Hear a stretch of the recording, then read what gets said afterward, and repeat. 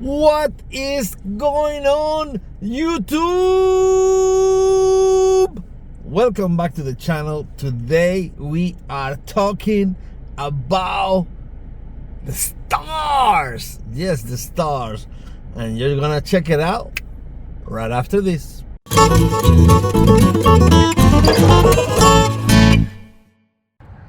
So what's going on, guys? Well, you can see the sun right behind me. I can actually see it on a telescope. And that cool? How cool is that? This is they have a Facebook page. It's called BA for Broken Arrow, BA Sidewalk Astronomer. If you want to go and follow them, let me show you right here. Okay, so all I got is BA Sidewalk Astronomer. Make sure that you give him a follow in there. They actually built a mobile observatory, and they are trying to gain funds to wrap it. It's pretty cool. I've seen pictures of it.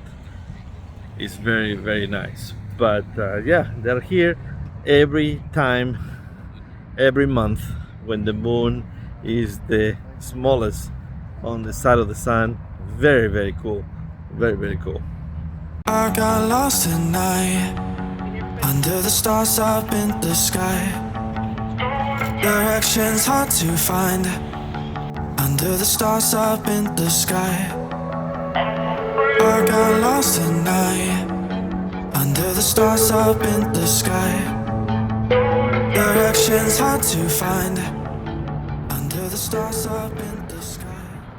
Alright guys, here is the sun. Yeah, the sun is a star. Check it out. I can't do it hardly so much. How cool is that? Releases the toxins and you end up with the flu. Here we are with Peggy.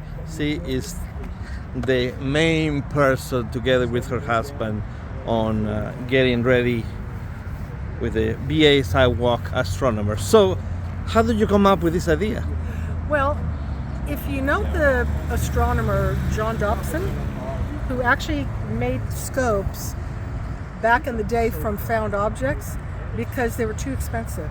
And when you had the space race and people were going to the moon and stuff, telescopes were really expensive for most families. So John Dobson really came up with this type of this is actually his design. And so you're dealing with a sonotube. You've got your mirrors that you put in at the back. And this one we made. We made this scope here. And you strip out the wax in the center. And then you've got this. He designed this base.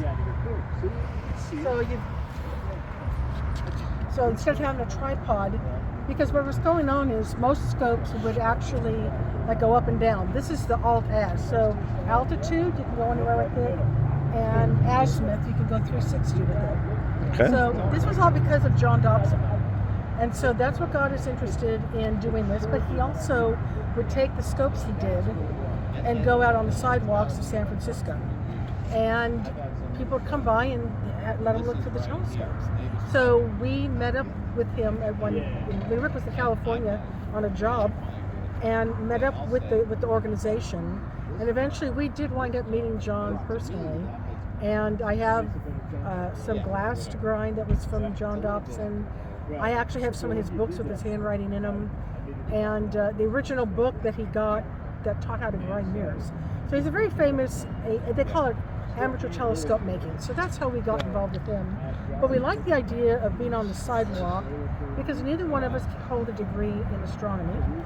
And personally, I like dealing with the public more than just being in a club situation. And as a woman, it's really kind of hard because you have a lot of men, and then a lot of left brain processors. And a lot of people, I did a survey, and a lot of the men that are in here are doctors, they're attorneys, they're professors, they're accountants. So they're very left brain, very much into surveys and documenting data. Me, on the other hand, I'm like the cheerleader. Like, oh my God, did you see the moon? Did you see that asteroid hit the moon? So I kind of get people excited, and then I kind of move them into observing things. But I also am on the National council for the Astronomical League that's got 24,000 members. And I am in charge of the STEM and the accessible astronomy. And so I love doing things that are tactile for blind, visually impaired people and students. And I'm kind of working with the School for the Blind in Muskogee, Oklahoma. And so we just kind of, we first got introduced to astronomy at the Lowell Observatory. So we snuck in, we were out there, and they had a small little 4-inch Orion scope, and it was run by a college student. And so it was a full moon. And so the edges of the moon were so crackly and the craters. And I went up to the guy and I went, I just want to touch the moon. I was grabbing his arm like, oh my God, I can't believe this. So anyway, we bought the scope, bought it for me. And then from there, we just kept upgrading to larger telescopes. So you fell in love with it right then. It's not something that you have from when you were a child. No, it's something that it came out like the last 5-10 years. Well, we lived in Southern California. Do you have a night sky in Southern California? The answer is no. Just saying. The moon's up, but you don't really see constellations. You'd have to go somewhere really dark. Now, Rick always camped. We didn't go camping, but I'm just saying, it wasn't until we got out here that we wound up. It was a little bit darker out here and stuff, and so we actually joined the astronomy club that was out in the Tulsa area online, but we were still at the hotel in Arizona after buying this little tiny telescope. So we kind of, learned our way through a few things, but that's kind of how we got started. So tell me about this vehicle that you have. Okay, so what we did is last year, my name was given to a gentleman that actually is the CEO of Science Heads. If you go online at scienceheads.org, and the whole concept with that is to have a trailer that would show up and present STEM stuff, but it would be kind of centered around astronomy. And so it would be a converted mobile observatory, so to speak, but you could still do stuff inside of it. Like would have TV screens, you could talk about NASA TV and some of the things they offer there. So our trailer is a 12-foot by 6'4" by 8. And so it has a 6-foot dome on the top, and we have an 11-inch Celestron telescope. We stack up the pier for it, and then you put the scope on top. And of course, the slit in the dome allows us to block out some of the lights here. So we can actually give you a better view because we have that observatory dome. And so we bring it here every once in a while, but it's actually a nonprofit organization, and we need to wrap it and finish it off. Okay, so where can people go to donate for the wrapping, or is that something on the Facebook page? Well, I just set up the Facebook page.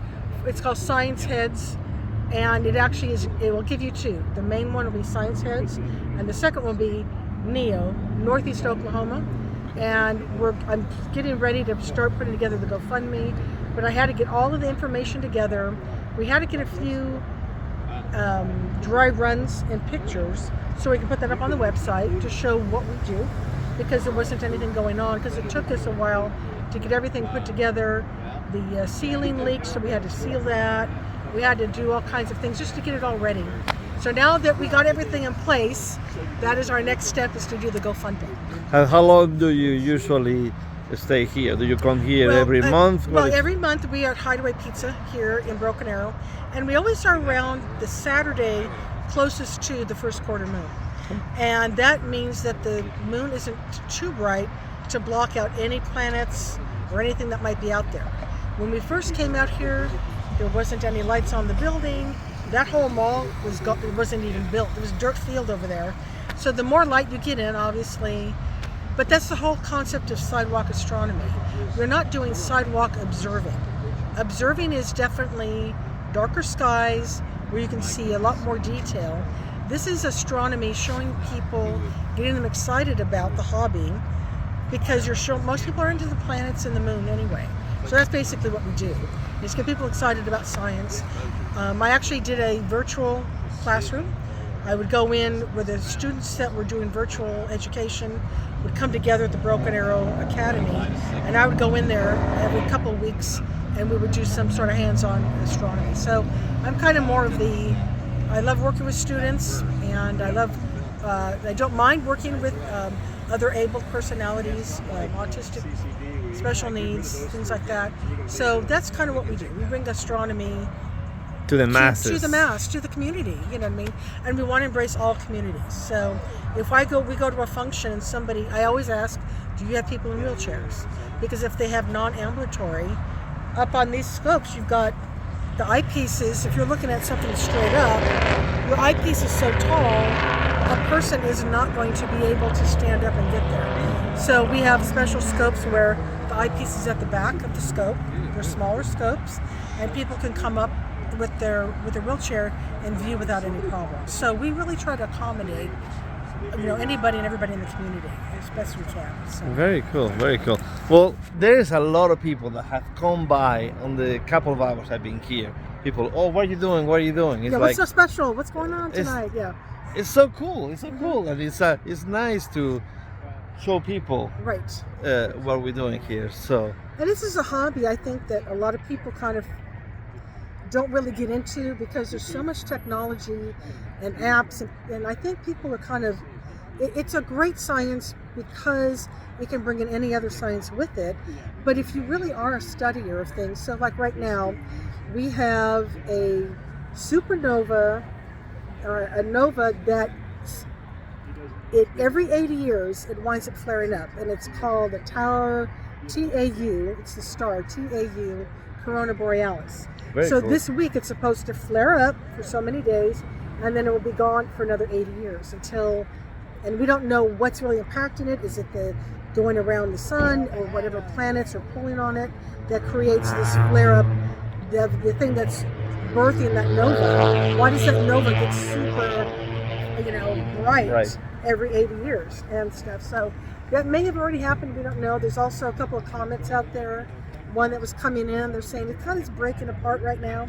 So there's tons of really cool things to look at, and to me, I guess what I like about it is because in the dark, and just even knowing the constellations, and it takes you, if you like history, I really am into archaeoastronomy.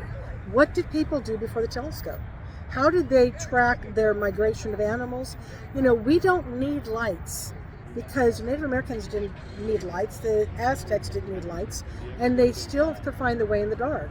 And wolves and owls and things like that are losing the way. More and more the light is damaging that. We know that the sea turtles the population's dropping because they go at night. And there's too many lights there. Owl populations are dropping as well because they hunt at night. Your nocturnal animals are suffering because there's too much light. Too much light. But I like the archaeoastronomy part. I love seeing how did they think about discovering the equinoxes and watching the sun move its way down, and how they built their buildings, how they built in Mexico, Chichen Itza, where they actually have an observatory up there. And then in Peru they have something called the Sun Temple. Is that Machu Picchu? Or? No, this one's actually on a plain, and you can see the notches in the hill, which is almost like showing the equinoxes where the sun would set. Oh, but cool. The wall is built with the notches in it. Wow. And so it's really cool. Yeah. How do these people know all this stuff? It's incredible. Because they didn't have games, they didn't have telephones. They didn't but how they figure it out? That's just because crazy. Observation, I guess. But the observing without telescopes, it's knowing your environment. So the question would be if all the lights went out and you were somewhere else, could you find your way home? Exactly. You know what I mean? Most of us couldn't. Without Google Maps. You know what I mean? Could you find your way home? Yeah. So do you know which way is north? At night, do you know which way north is? So we know that the Greeks and the Vikings and everybody were using the stars to navigate. China was on the west coast. There's data on that. And something that was really cool that I kind of found out was the Vikings used a special, it's called the Viking stone, where it was there's 5 different types of selenite. There might be tourmaline, selenite, and a couple of other versions of stone, because it's so cloudy up in where Sweden and where the Vikings were. they couldn't really use the sky because there was too many clouds and the sun was not really And they use able. rocks. Well, this particular rock, when they would hold it up, they would put it on a device and they would hold it up. It polarized the light, so it was shot out at 2 angles. Those two were north and south, or east and west. They had 2 directions to it. That's crazy. So they would have this Viking stone. If you look it up, and they would use that Viking stone on the ship to navigate because they didn't have clear skies during the Wow, day. So, yeah. amazing. Yeah. For all of those that you like cruising, there you go. Cruising, There was yes. cruising back then Yes. too. But you don't need to have horns on your head. You know what I mean?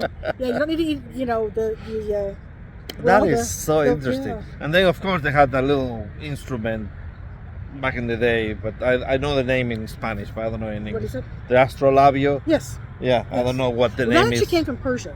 Mhm. The Persians invented that. They had overlaid the different cycles of the equinoxes and certain planets. They knew, And then you point it at and the North charted- Star, right? and they charted. They could tell you, based on that, how all the pathways would intersect and work with each other. Yeah. So you had the astrolabe and the astrosphere. Okay. So I think the astrolabe is the flat one, Yes. where the discs are on top of each other. Okay. Kind of like the Antikythera mechanism that was in the ocean at Greece. Yeah, it moves like this. It moves up and down. Yeah, and then you also have a sextant, which you can make out of a ruler and a straw and a weight. Well, it's actually a protractor. You tape the straw, and you have a weight at the end of it, and you go up to look at the moon, and the protractor, when you get to the horizon line, will tell you how many degrees up. So there's a sextant. You know what I mean? So there's all kinds of things that Very cool. that they used, and of course using your hand to tell you if you've got a parsec or how the distance is with your fingers and hands. And so there was a lot of course, if you look at rocks that are from Chaco Canyon or Native American etchings, they actually did have supernovas etched in rocks. They had even some of the rain and some of the things besides the people that were etched in there with them.